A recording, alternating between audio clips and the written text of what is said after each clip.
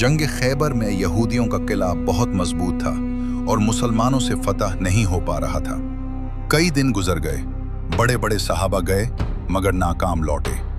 आखिरकार रसूलुल्लाह सल्लल्लाहु अलैहि वसल्लम ने फरमाया, कल मैं अलम उस मर्द को दूंगा जो कर्रार होगा, गैर फरार होगा।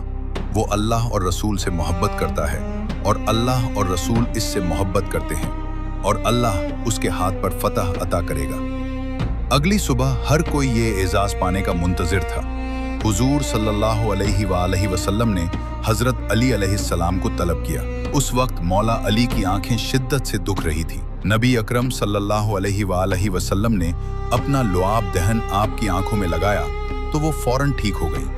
हजरत अली मैदान में गए और यहूदियों के सबसे बड़े पहलवान मरहब को 2 टुकड़े कर दिया। इसके बाद आपने किले के देव हैकल दरवाजे को, जिसे कई आदमी मिलकर हिलाते थे, अपने एक हाथ से उखाड़ फेंका और उसे ढाल बनाकर जंग लड़े।